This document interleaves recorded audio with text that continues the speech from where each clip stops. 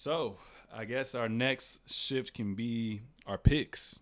So obviously you guys see in the drive my picks as well, but we just gonna spit. We just gonna stand on one, go around, and then move on to the next one. So my NBA MVP. I kept going back and forth with this, and I finally, just kind of made up my mind, and I decided to forego Joker, and I went with Shea. I went with Shea just because they were the number one seed in the West, 57-25. They had the youngest team I think in history to get the number one seed.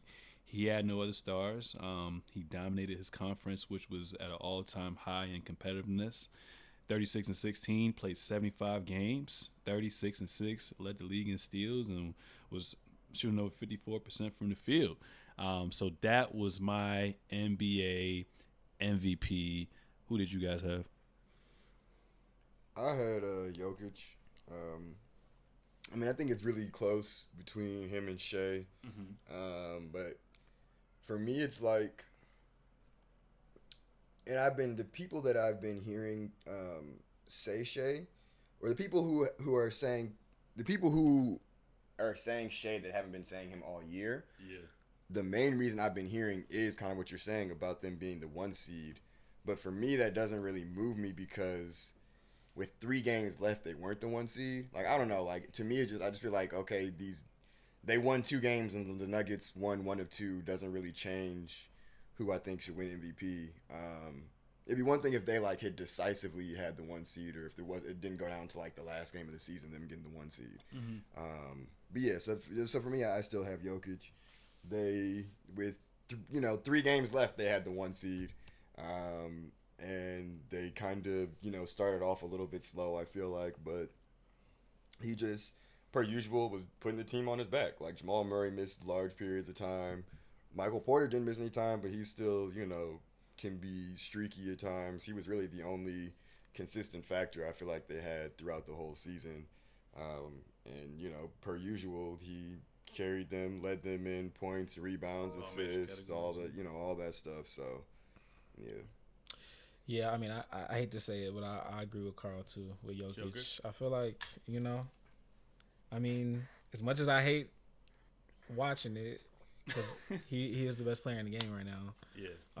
I just think he dominates on the offensive side of the ball, and like you said, when you have your second best player out, during stretches, and you can kind of continue to have your team play at the same level, it shows that value, and then also leading in all categories too, and having the chance to be the one seed too. It just shows his level of play hasn't dropped off in this last 4-year stretch, and yeah, man, it's the best player in the game, still playing like it. So obviously we can always make cases for all these candidates as well too, but do you think they're ever gonna, outside of the 65 games, do you think they're ever gonna give us come together and give us a specific guideline on No.